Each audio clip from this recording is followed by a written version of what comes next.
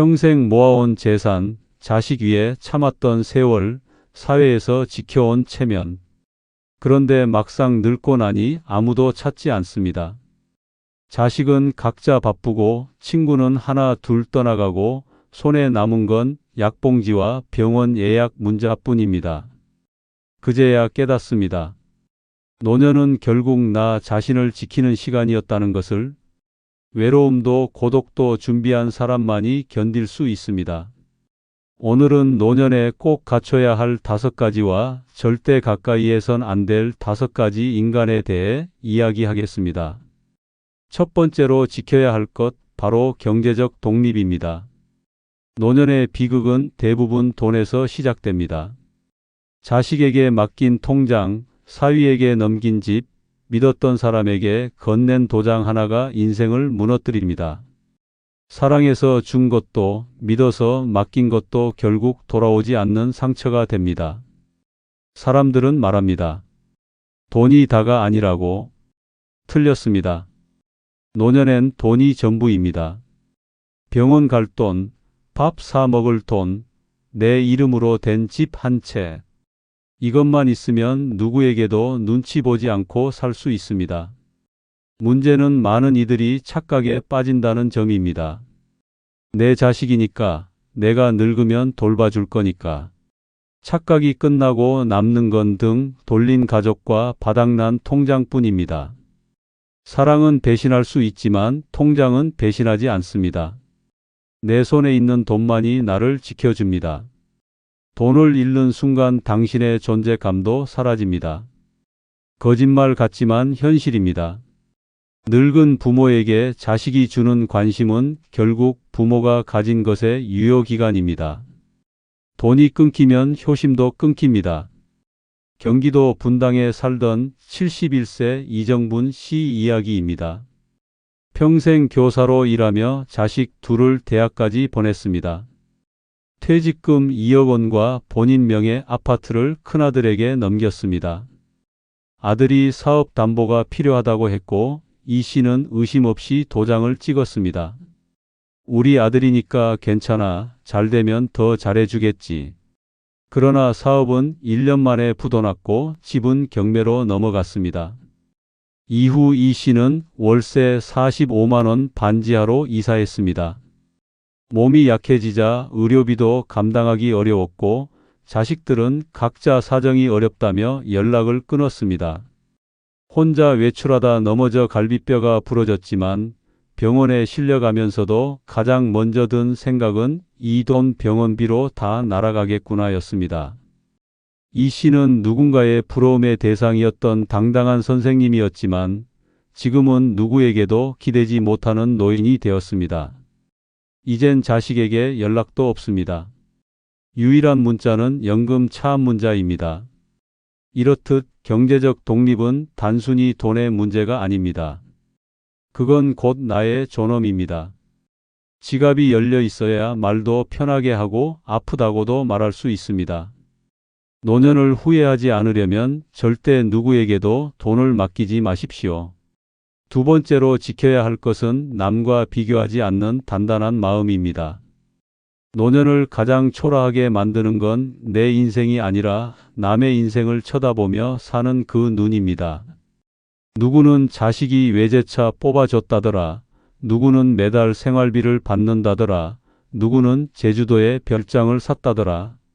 그 말 한 줄에 자존심이 무너지고 내 인생이 초라하게 느껴집니다. 그런데 그 입에서 나온 말, 과연 전부 사실일까요? 아닙니다. 절반은 부풀린 거짓이고 절반은 비교를 유도하는 자랑입니다. 진짜 행복한 사람은 자랑하지 않습니다. 자랑하는 사람은 늘 허기집니다. 문제는 이런 비교가 곧 스스로에 대한 학대로 이어진다는 점입니다. 나는 왜 저렇게 못 살까? 나는 왜 자식에게 집만 될까?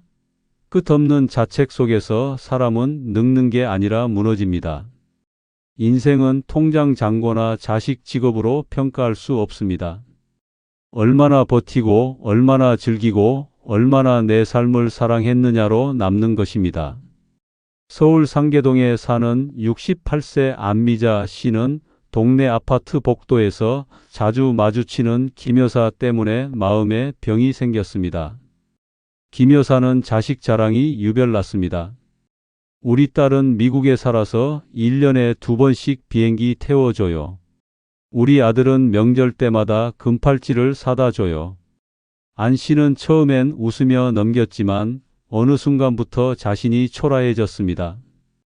결혼도 안 한 딸, 연락 없는 아들, 월세 60만 원 반지하. 남들과 비교하자 자존감은 바닥으로 떨어졌고 혼자 밥 먹는 일이 두려워졌습니다. 그러던 어느 날 김 여사의 딸이 찾아왔습니다. 엘리베이터 앞에서 전화로 언성을 높이며 말다툼을 하고 있었습니다. 엄마, 제발 그만 좀 하라고요. 나 지금 이혼 직전이에요. 미국 간 것도 도피였고요. 남 앞에서 자랑 좀 하지 마세요. 그 장면을 본 안 씨는 말없이 집으로 올라갔습니다. 그날 저녁 처음으로 밥을 지었습니다. 라면도 찌개도 아니고 직접 쌀을 씻고 고등어를 구웠습니다. 그리고 자기 자신에게 말했습니다. 나는 나대로 잘 살고 있었구나. 비교를 멈추는 순간 안 씨의 표정이 바뀌었습니다. 무너졌던 어깨가 펴졌고 거울을 보며 머리카락에 핀도 꽂기 시작했습니다. 남의 삶은 남의 것일 뿐 나의 인생은 비교 대상이 아니라 내 손으로 꾸며야 할 작품입니다. 비교하지 않으면 오늘의 밥상도 감사하게 보입니다. 세 번째로 지켜야 할 것은 누구에게도 감정 쓰레기통이 되지 않는 결단력입니다. 노년이 불행해지는 가장 잔인한 이유는 사람들이 당신을 쉽게 대하고 함부로 대해도 당신이 아무 말도 하지 않기 때문입니다. 자식이 짜증을 내도 며느리가 무례해도 친구가 함부로 말을 해도 그래, 나이든 내가 참아야지. 그렇게 스스로를 감정 쓰레기통으로 전락시키며 견딥니다. 하지만 그 순간부터 당신은 존중받지 못합니다. 사람이 아닌 편한 대상이 되는 순간 마음의 문은 닫히고 무시와 냉대가 시작됩니다. 감정을 받기만 하고 풀지 못한 채 쌓이면 그건 병이 됩니다. 당뇨보다 무서운 병, 우울입니다. 단호해져야 합니다. 당신은 쓰레기통이 아닙니다. 누구의 짜증을 받아낼 이유도, 누구의 분풀이 대상이 될 이유도 없습니다. 나이 들수록 더 당당해야 합니다. 감정적으로 휘두르는 사람에게 그 말은 나한테 상처가 됩니다 라고 말할 수 있어야 합니다. 침묵은 미덕이 아니라 자기 학대입니다. 부산 해운대에서 홀로 사는 70세 김봉혜 씨는 몇 년 전까지 큰딸 부부와 함께 살았습니다. 딸이 경제적으로 어렵다는 말에 흔쾌히 자신 명의 집으로 들였고 방 하나를 내주었습니다. 처음엔 감사하다며 조심스럽던 사위가 어느 순간부터 술에 취해 귀가하더니 이제는 자신의 집처럼 행동합니다. 주객이 바뀐 것이죠. 며칠 뒤 김 씨는 손녀에게 혼나는 일까지 발생했습니다. 할머니 또 TV 크게 틀었네. 좀 조용히 해요. 그 순간 김 씨는 깨달았습니다. 이 집에서 자신은 아무도 존중하지 않는 존재였다는 것을. 다음 날 아침 김 씨는 조용히 딸아이를 불러 방을 빼라고 했습니다. 그때서야 미안하다고 싹싹 빌었지만 돌아보지 않았습니다. 그 후로 김 씨는 자식에게 전화가 와도 자신의 기분을 해치는 말에는 명확히 말합니다. 그래서 그런지 점점 전화는 줄었지만 이상하게도 삶은 더 평화로워졌습니다. 감정을 무조건 받아주는 삶은 지옥입니다. 늙어서도 사람답게 살기 위해선 절대 누구의 감정 하수구가 되어선 안 됩니다. 네 번째로 지켜야 할 것은 무조건적인 가족 책임감에서 벗어나는 것입니다.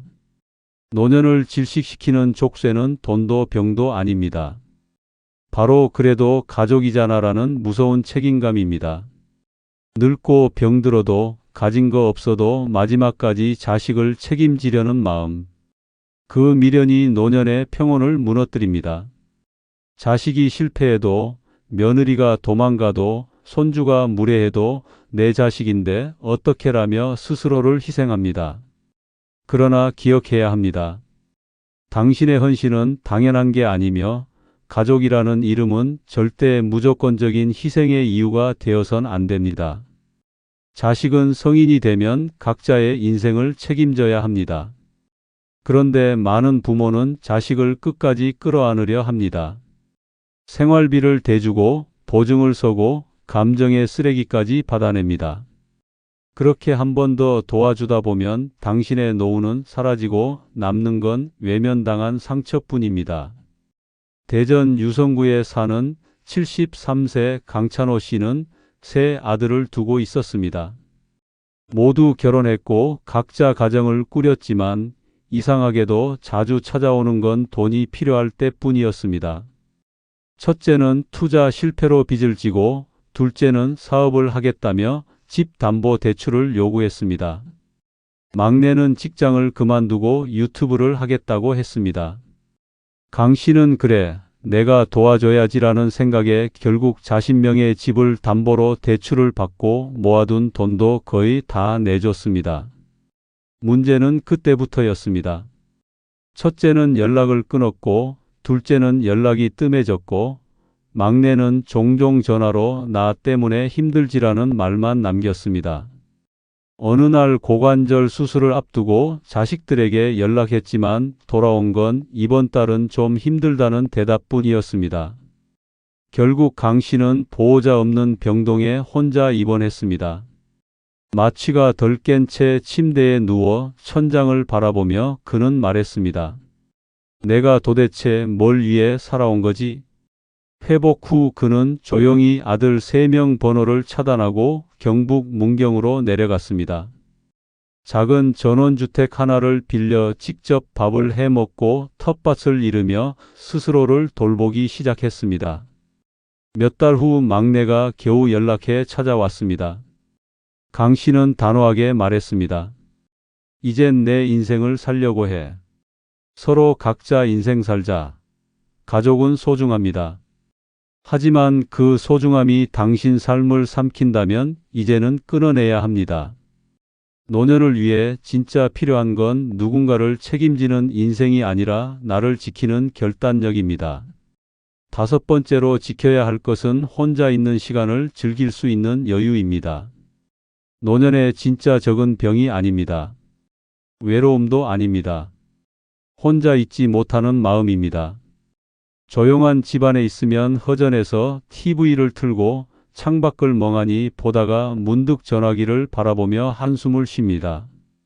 누구라도 좋으니 누가 좀 불러줬으면 찾아와 줬으면. 그런데 그 그림자는 오지 않습니다. 자식은 바쁘고 친구는 멀어졌으며 사회는 이미 당신을 조용히 뒤로 밀어냈습니다.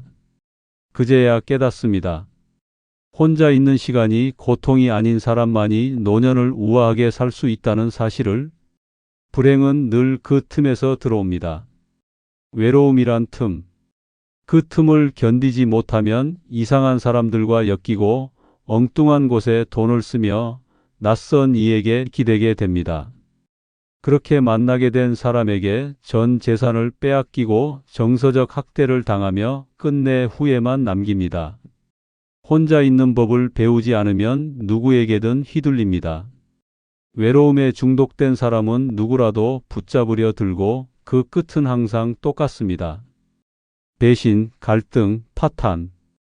결국 자신을 더 망가뜨리는 건 혼자가 아니라 혼자일 수 없는 불안입니다.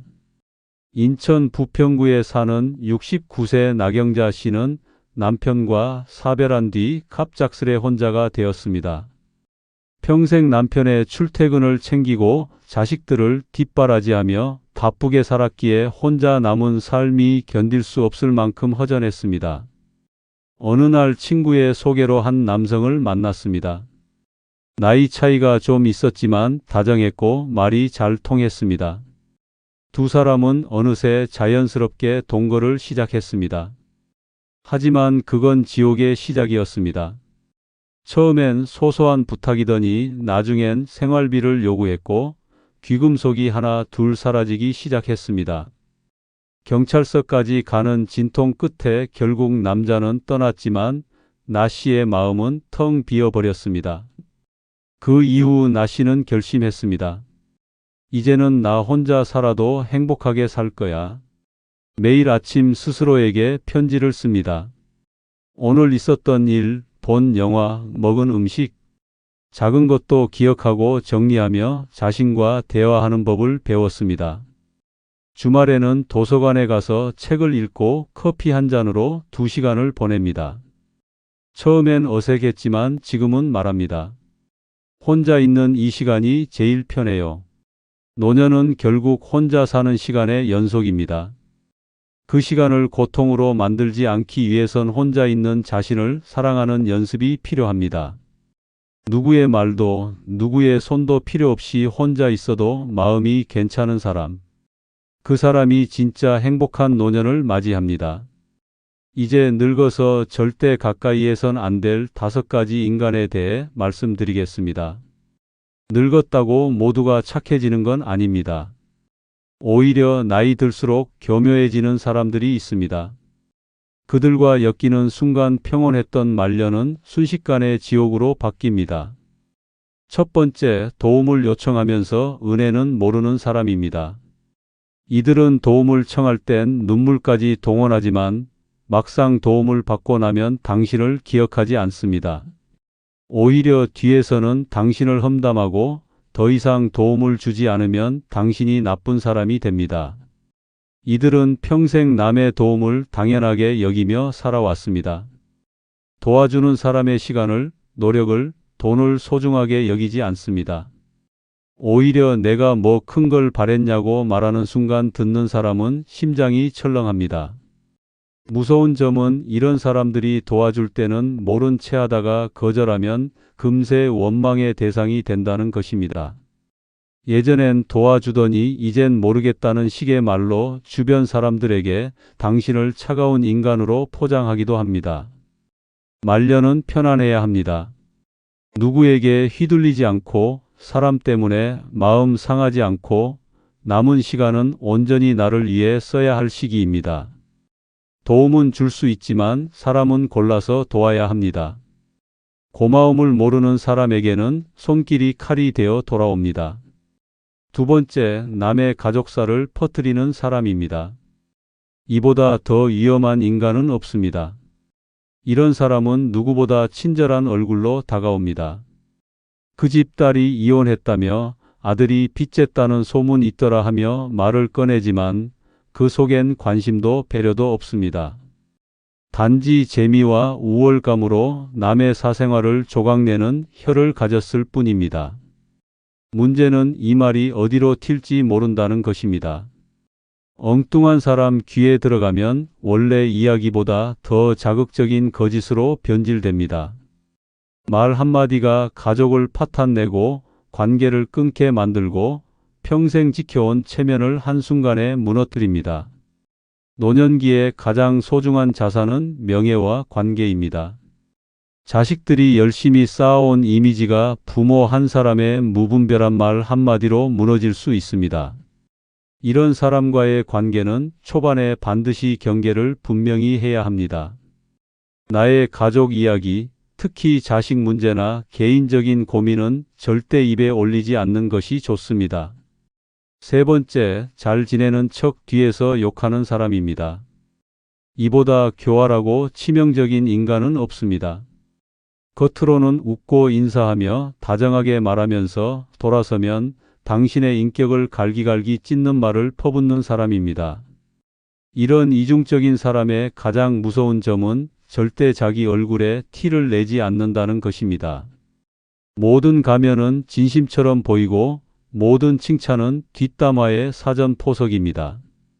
이들은 나는 괜찮은데 다른 사람들이 좀 그렇다더라는 말로 책임은 회피하고 당신만 따가운 시선을 받게 만듭니다. 늙어서 이런 이중적인 인간과 엮이면 그 파괴력은 상상을 초월합니다. 노년에 가장 필요한 것은 신뢰입니다. 믿고 말할 수 있는 사람이 곁에 있다는 것만으로도 삶은 훨씬 평온해집니다. 하지만 이런 사람과 엮이면 누구도 믿을 수 없게 됩니다. 네 번째, 절대 먼저 연락하지 않는 사람입니다. 이런 사람과 말년에 엮이면 외로움이 일상이 되고 자존감은 바닥을 칩니다. 평생 관계에 헌신한 대가가 침묵이라면 그건 상처가 아니라 모욕입니다. 이런 인간은 연락을 기다리는 척하면서도 절대 먼저 전화하지 않습니다. 늘 당신이 먼저 안부를 묻고 당신이 먼저 약속을 잡고 당신이 먼저 손을 내밀어야만 관계가 이어집니다. 하지만 그들은 고맙다는 말 한마디조차 없습니다.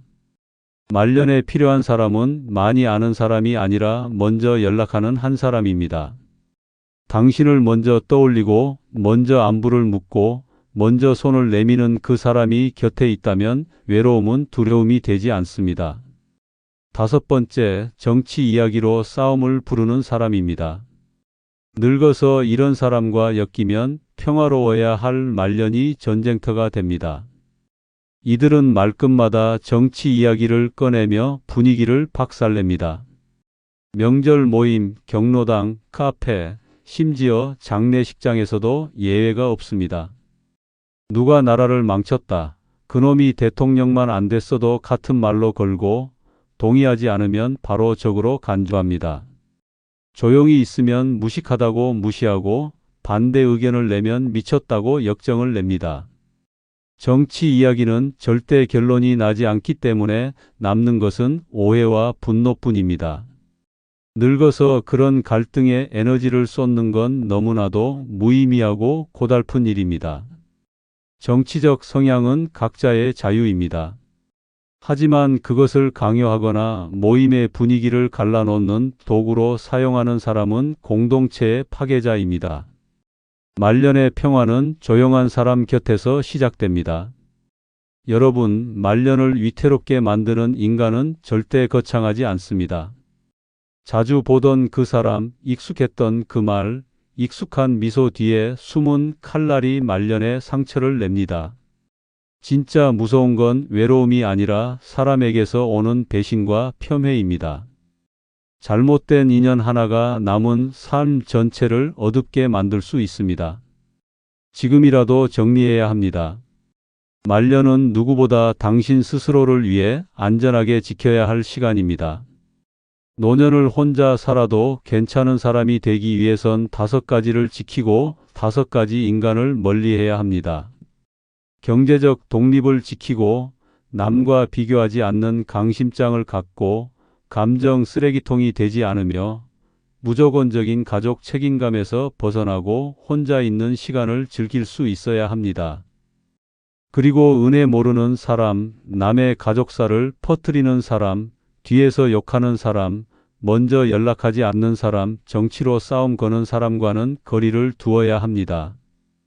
이것이 당신이 혼자 살아도 외롭지 않고 당당하게 노년을 보내는 유일한 길입니다. 오늘 이야기는 여기까지입니다. 내용이 조금이나마 공감이 되셨다면 구독, 좋아요, 알림 설정 정중하게 부탁드립니다. 끝까지 시청해 주셔서 진심으로 감사합니다.